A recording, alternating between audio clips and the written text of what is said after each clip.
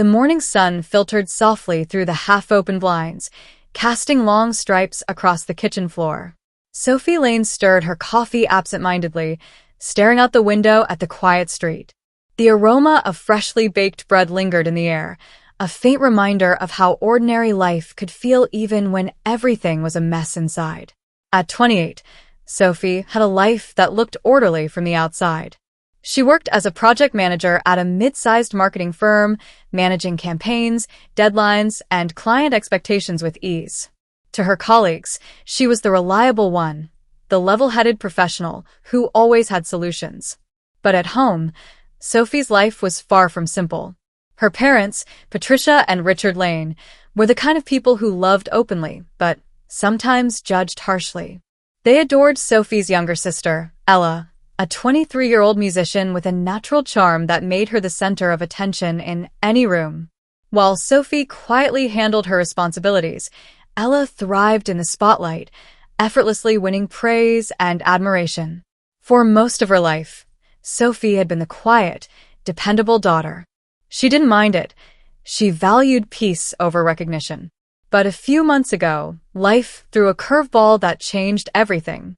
Her father had been diagnosed with a serious heart condition. The insurance coverage wasn't enough to cover the surgery he urgently needed. Bills piled up, options dwindled, and Sophie realized no one else could handle it. So she did it herself. She called the best cardiologist she could find, coordinated with the hospital, and even arranged for post-surgery care at home. Every phone call, every transaction, every step required meticulous planning. Most of the payment had to come out of her personal savings. Overtime at work barely kept the account afloat. She didn't tell her parents.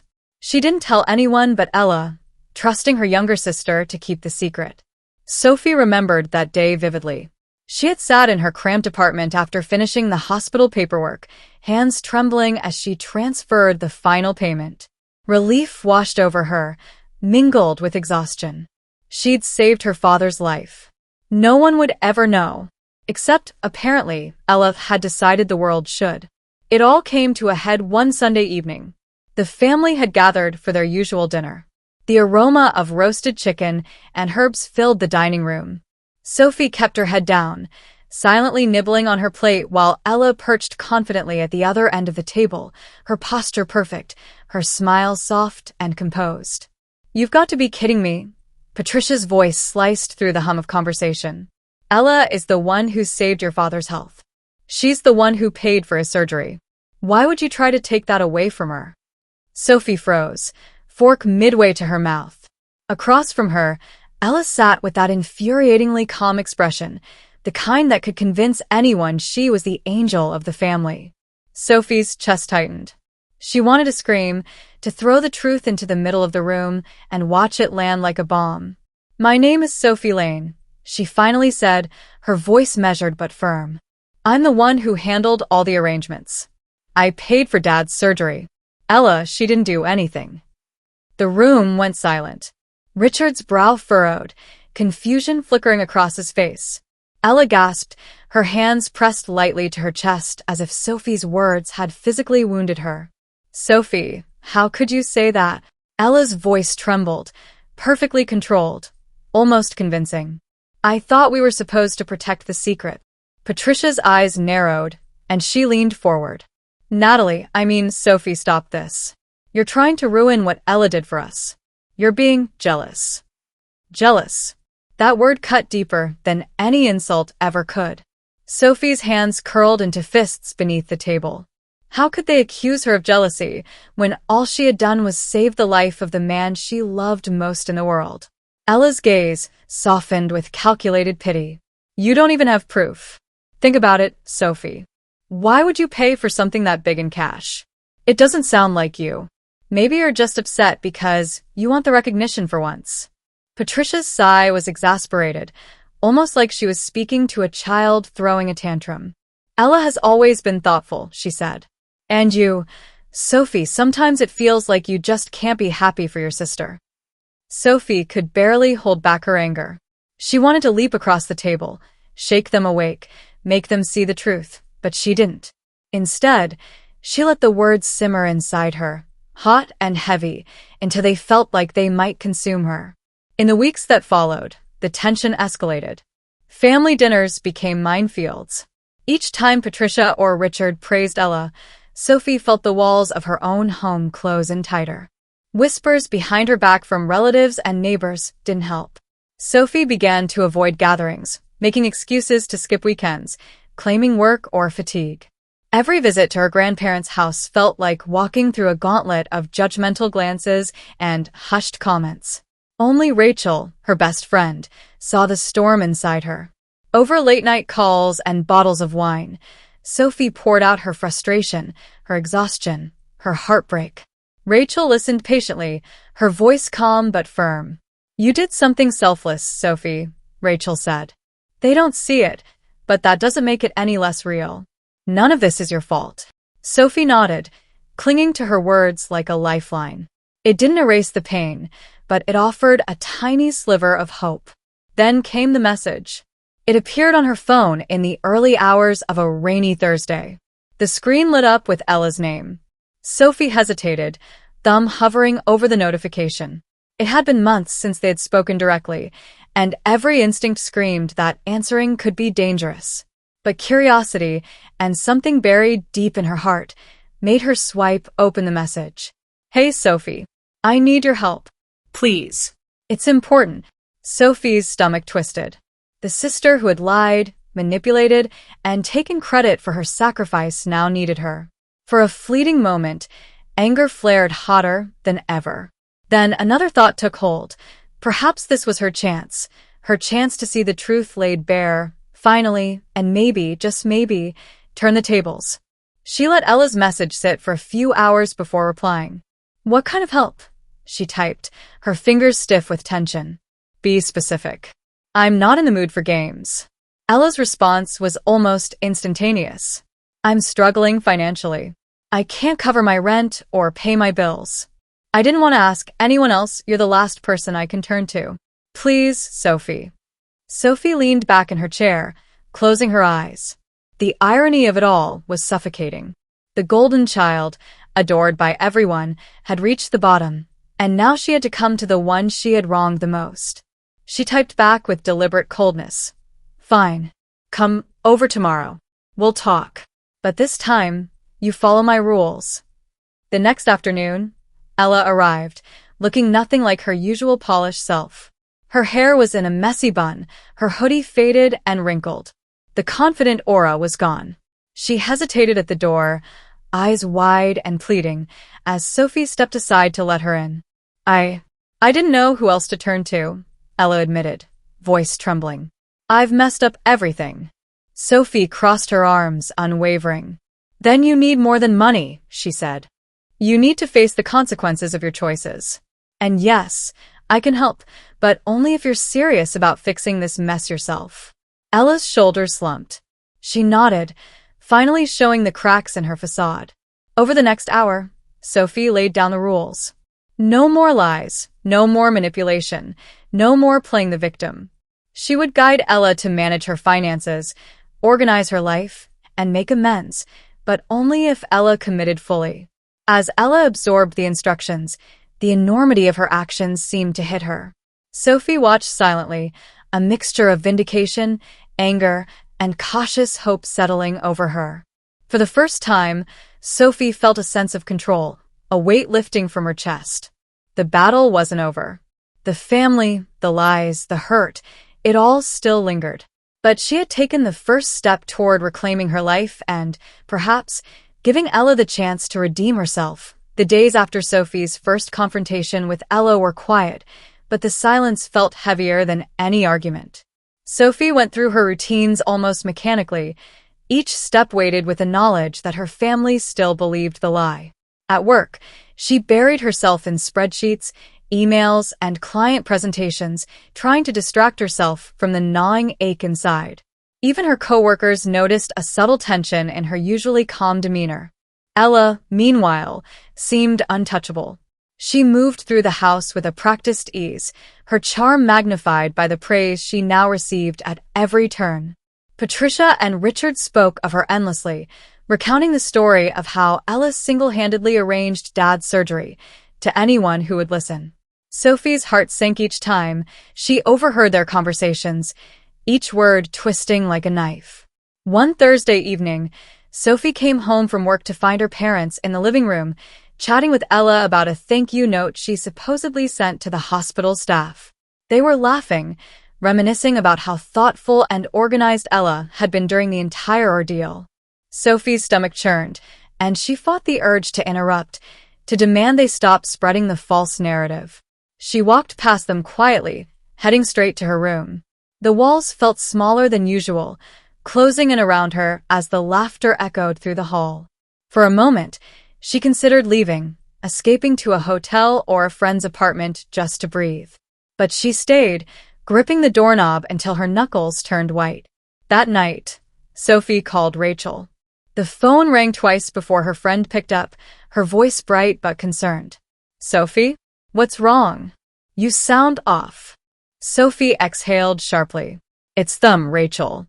They still think Ella did everything. They're praising her for something I sacrificed for. And she just sits there and soaks it in.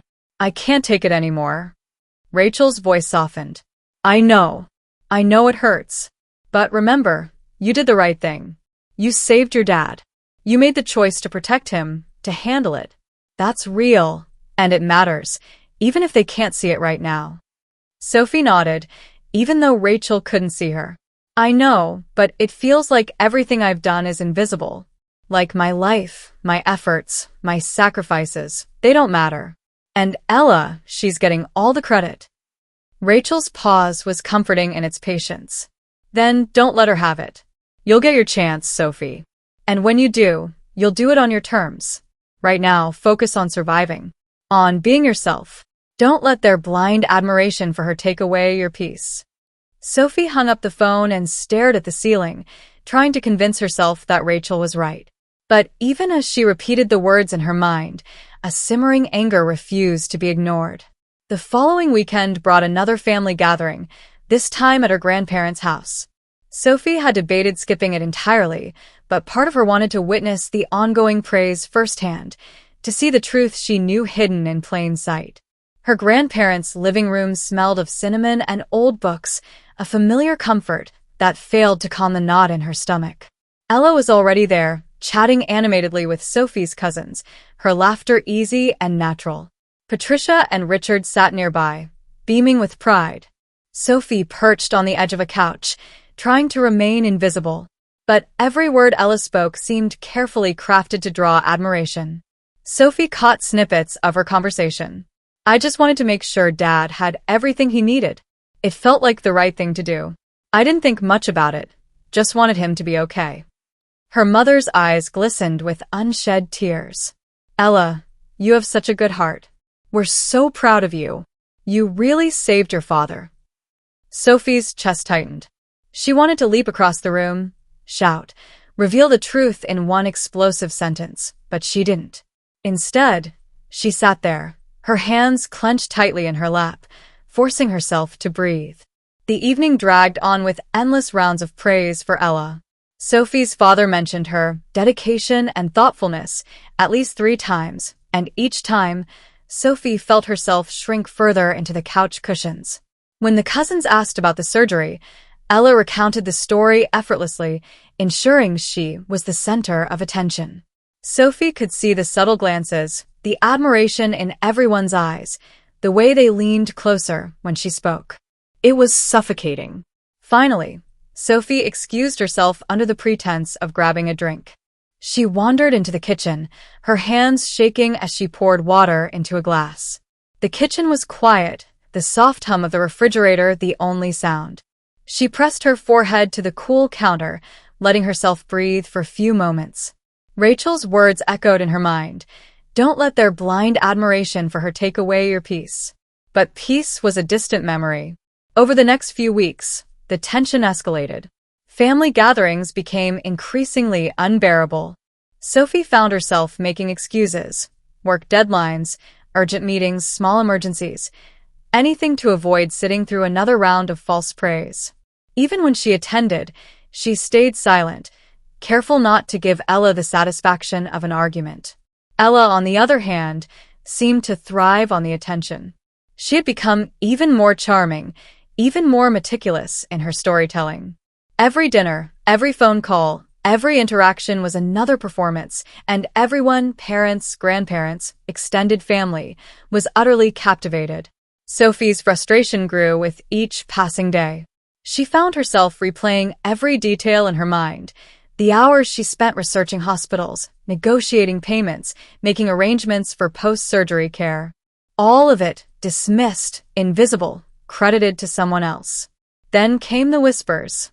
At a small family brunch, Sophie overheard her Aunt Linda murmuring to a cousin, "It's sad, isn't it? You'd think Sophie could be happy for her sister, instead of trying to take credit for everything."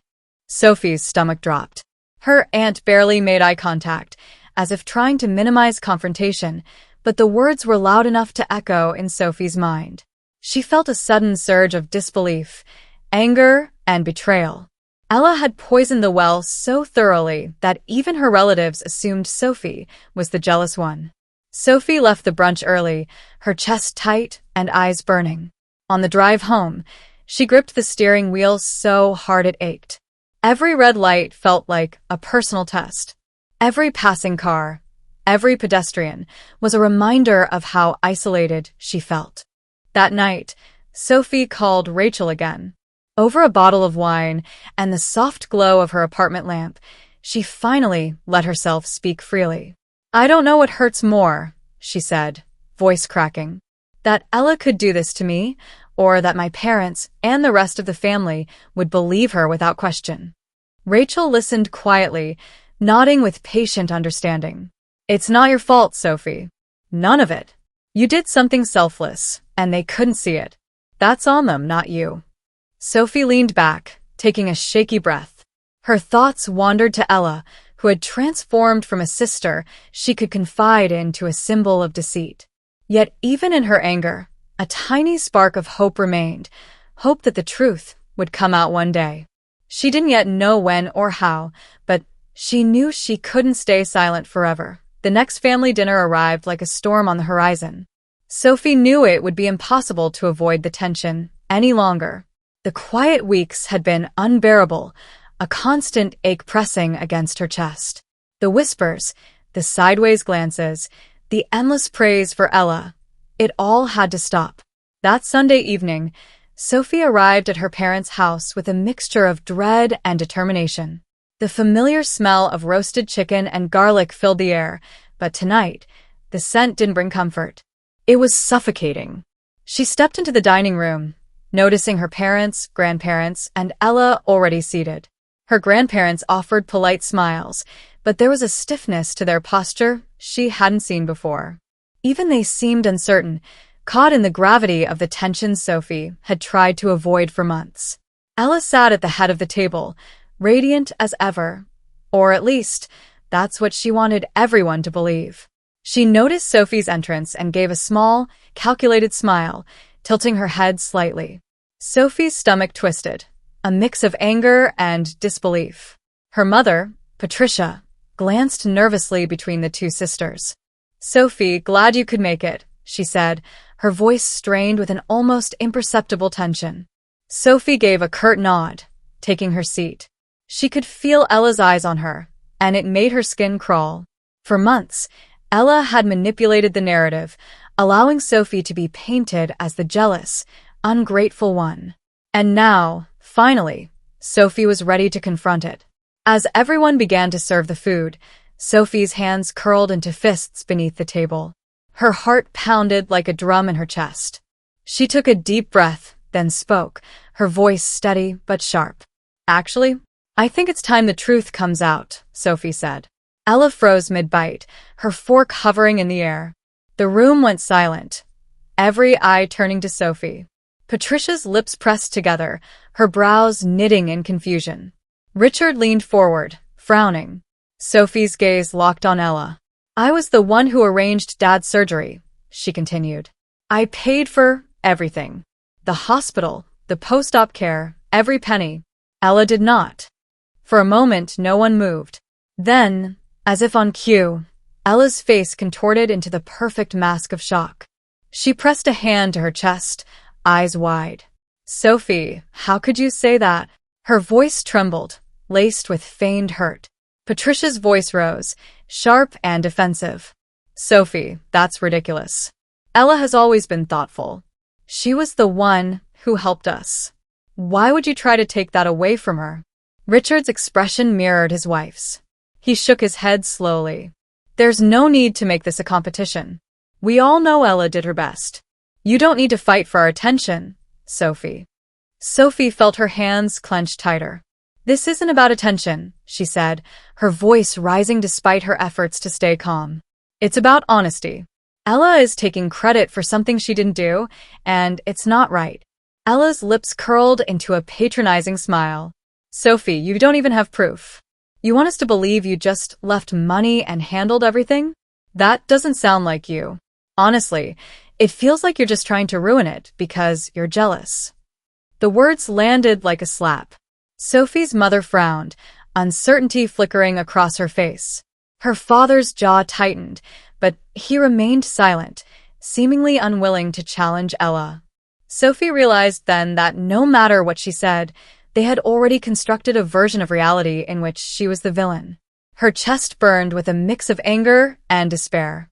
She wanted to shout, to make them understand, to force them to see the truth. But she knew words alone weren't enough, not with Ella's performance and her parents' unwavering belief in their golden child. Sophie stood abruptly, the chair scraping loudly against the floor. Every eye followed her, a mixture of shock and disbelief on each face. You know what? She said, her voice sharp, trembling with suppressed emotion. You're all being ridiculous. You're so focused on Ella that you refuse to consider she might be lying. But one day, you'll see the truth, and it'll be too late. She turned to Ella, pointing directly at her. And one day you'll regret this. Maybe not now, but when you need someone to trust, someone to lean on, you'll realize you burned the only bridge that mattered.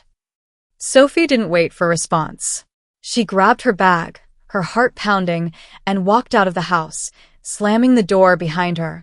The sound reverberated through the quiet evening, leaving a lingering echo of defiance.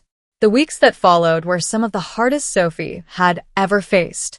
Family interactions became painfully cold. Phone calls and texts from her parents dwindled to almost nothing, and when they did come, they were distant and perfunctory. She felt like a stranger navigating polite conversation in what used to be her home. Ella disappeared from her life completely. She didn't call, didn't text, didn't try to reconcile. Sophie didn't want her to. Every family gathering became a battleground in her mind, a reminder of the betrayal and false narratives that had dominated her life for months. The only person Sophie could turn to was Rachel. Night after night, they sat together, sharing wine and stories, peeling back the layers of frustration and hurt. I can't believe how easily they believed her, Sophie said one night, tears pricking her eyes. After everything I did, all they saw was jealousy. Rachel reached over, squeezing her hand. It's not your fault, Sophie. You did something incredible. They couldn't see it because of their own blind spots, their own expectations. None of it is your fault. Sophie nodded, letting the words sink in. They offered a small comfort, but they didn't erase the hollow ache inside her chest. Months of emotional labor, sacrifice, and care had been overshadowed by lies. The family she had trusted had sided with the deceiver. Sophie spent her days immersed in work and her nights alone in her apartment, reflecting on what had happened. She wrote in her journal, detailing her thoughts, her anger, and her heartbreak.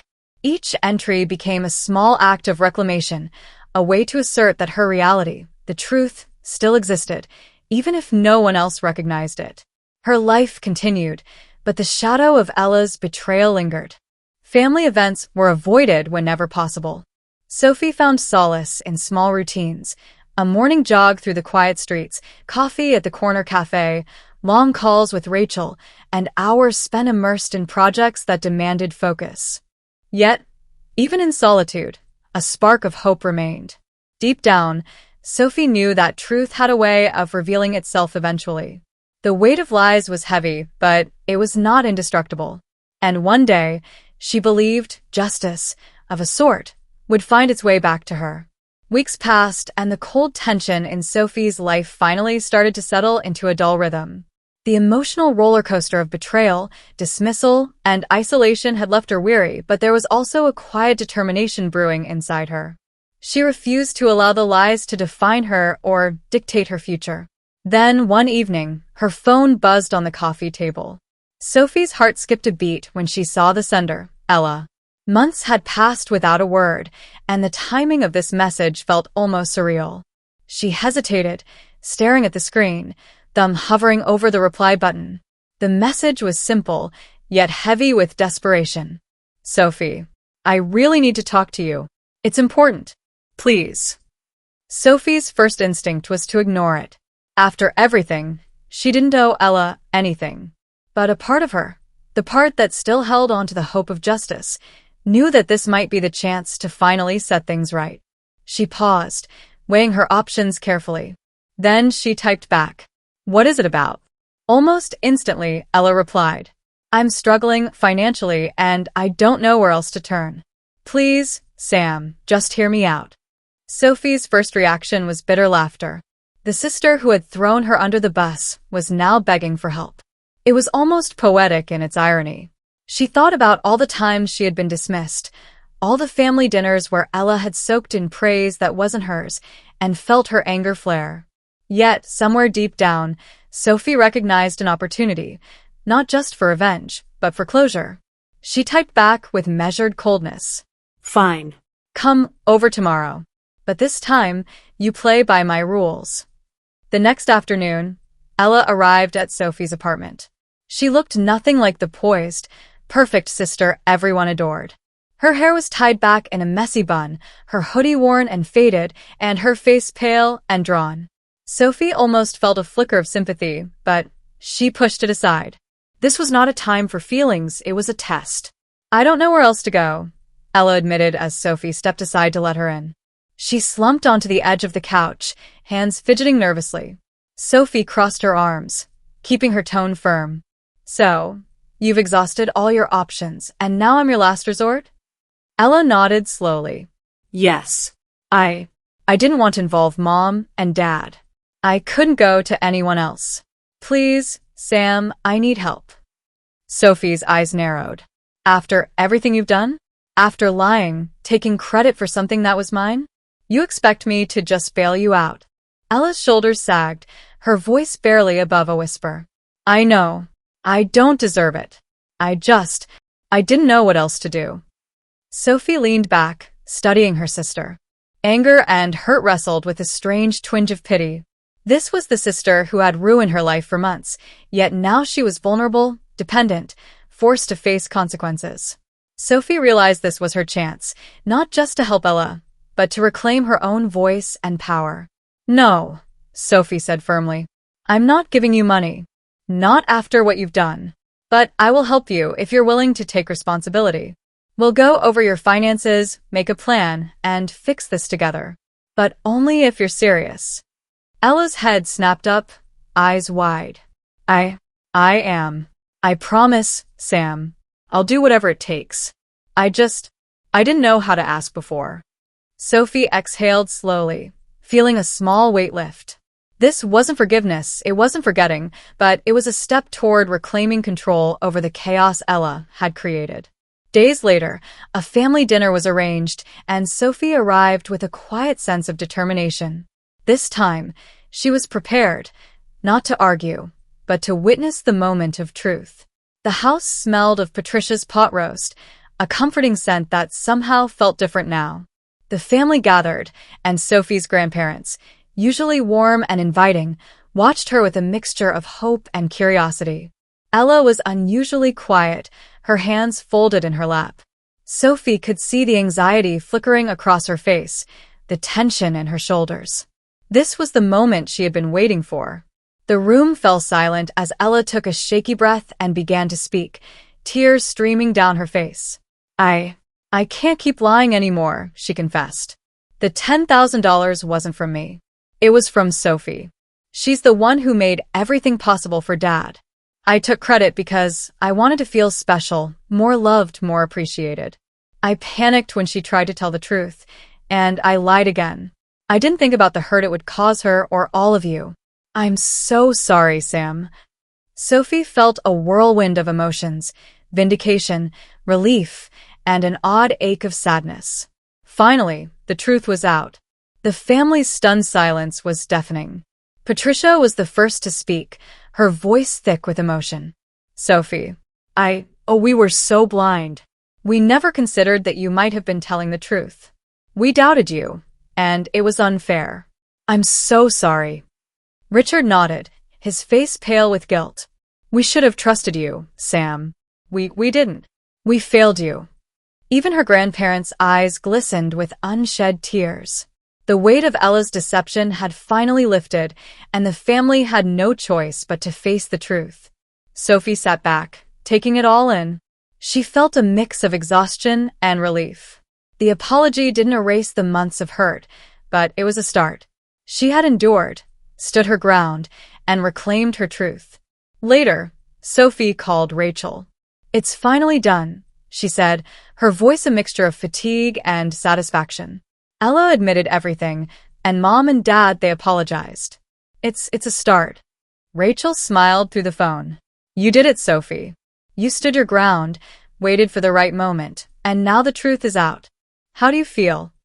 Sophie paused. Free, I think. Lighter. The anger is still there, but it's no longer controlling me.